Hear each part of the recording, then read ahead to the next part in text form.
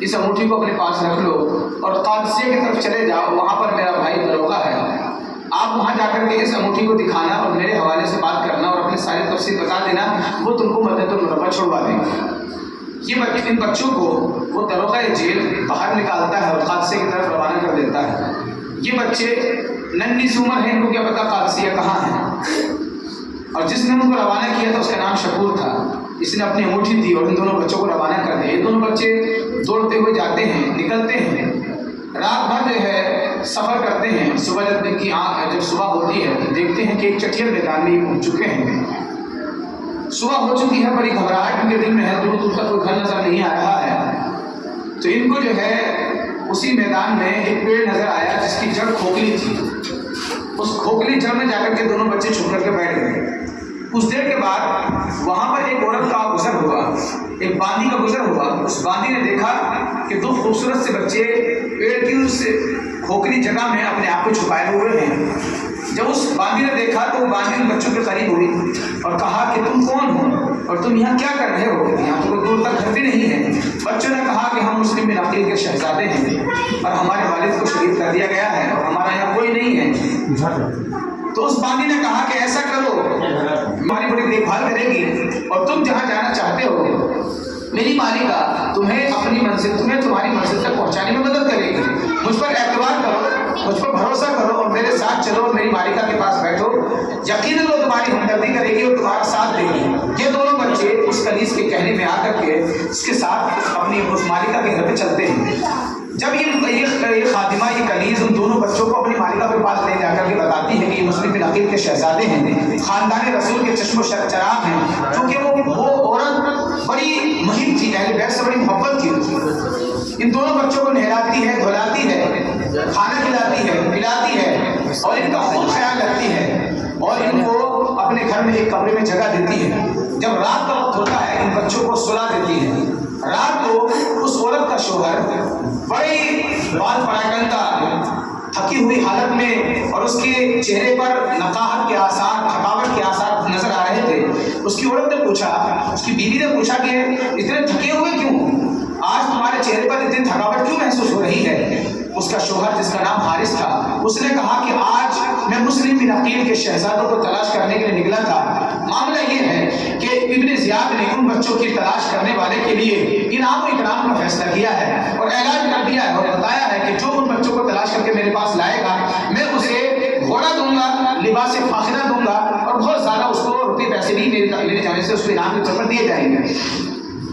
یہ اعلان سن کر کے بہت سارے لوگ ان بچوں کو تلاش کرنے کے لیے نکلے۔ میں بھی مسلم بن عقیل کے ان بچوں کو تلاش کرنے کے لیے نکل گیا۔ پورا دن دوڑتا رہا، میرا گھوڑا بھی تلاش کرتے کرتے دم توڑ چکا۔ اس کے بعد میں نے پیدل ہی تلاش کرنا شروع کیا، پورا دن گزر گیا لیکن مسلم بن عقیل کے بچوں کو تلاش نہ کر سکا۔ اس وجہ سے میرے چہرے پر تھکاوٹ کے آثار دکھ رہے ہیں۔ اس عورت نے اس کی بات سنی اور خاموشی کے ساتھ لیٹ گئی۔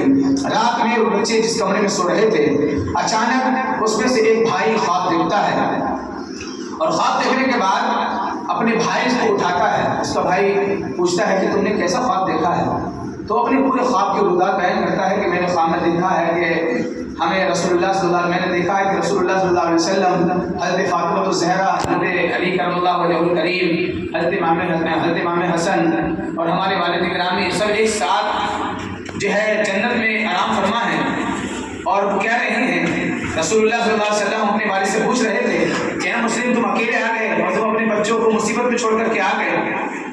تو مسلم بن عقیل نے رسول اللہ سے کہا کہ رسول اللہ وہ بھی آنے والے ہیں۔ یہ خواب اس بچے نے دیکھا اور اپنے بھائی سے شیئر کرتا ہے۔ دونوں لپٹ کر کے رونے لگتے ہیں۔ جب دونوں بچے روتے ہیں اور رونے کی آواز اس کا شوہر جب سنتا ہے تو پوچھتا ہے کہ اپنے گھر میں رونے کی آواز بچوں کی کہاں سے آ رہی ہے؟ وہ عورت کہتی ہے کچھ نہیں، بس آرام کرو، آ رہی ہوگی۔ لیکن وہ چونکہ جس کو مال کی لالچ، جس کو دنیا کی حرص پیدا ہو چکی تھی اور جسے انعام و اکرام حاصل کرنے کا پہلے سے ہی یہ تمہ پیدا ہو چکا تھا، وہ اس کو کیسے سکون ملتا؟ فوراً اٹھا اور اس نے جو ہے روشنی کا انتظام کیا اور اس کمرے کی طرف بڑھا، دیکھا کہ دو بچے آپس میں بیٹھ کر کے گلے مل کر کے رو رہے ہیں۔ اس نے ان دونوں بچوں سے پوچھا کہ تم کون ہو؟ تو چونکہ بچے تھے جھوٹ نہیں بولتے، ان بچوں نے کہا کہ ہم مسلم بن عقیل کی اولاد ہیں، میں محمد ہوں، ان کا نام ابراہیم ہے۔ اس حارث نے یہ بات سن کر کے کہا کہ تم وہ بچے ہو جنہیں تلاش کرنے کے لیے میں پورا دن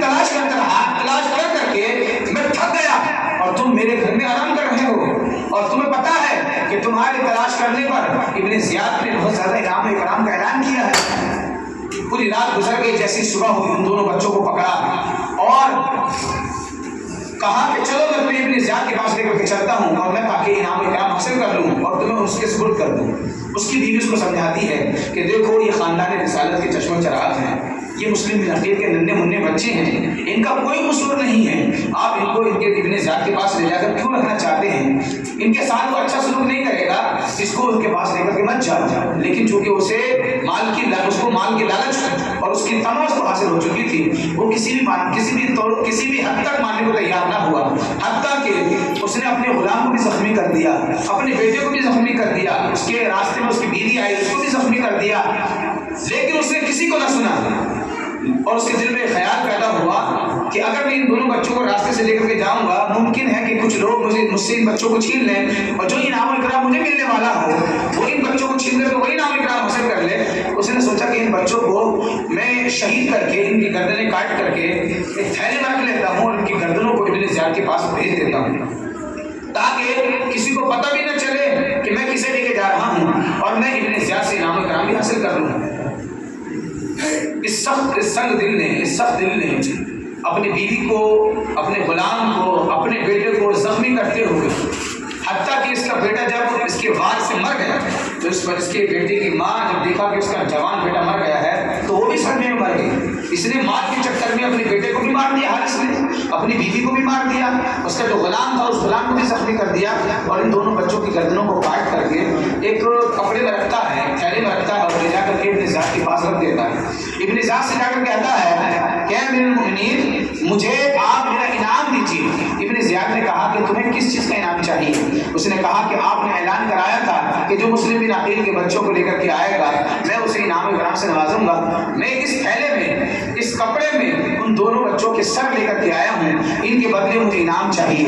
ابن زیاد نے جب یہ بات سنی، یہ بات سننے کے بعد وہ آگ ببولا ہو گیا، غضبناک ہوا اور کہا کہ میں نے امیر المؤمنین یزید کے پاس خط بھیج دیا ہے اور میں نے اس خط میں لکھا ہے کہ میں جیسے ہی ان بچوں کو تلاش کر لوں گا، جیسے ہی بچے میرے پاس آئیں گے، اے امیر المؤمنین یزید میں ان بچوں کو آپ کے پاس زندہ حالت میں آپ کے پاس روانہ کر دوں گا. میں نے امیر المؤمنین سے وعدہ کر لیا ہے کہ میں آپ کے پاس بچوں کو زندہ بھیجوں گا اور ایک تو ہے تو ان بچوں کی گردنیں کاٹ کر کے میرے پاس لے کر کے آیا ہے. اے نعیم تجھے کس نے کہا تھا کہ ان بچوں کو مار کر کے ان کی گردنیں میرے پاس لے کر کے آ؟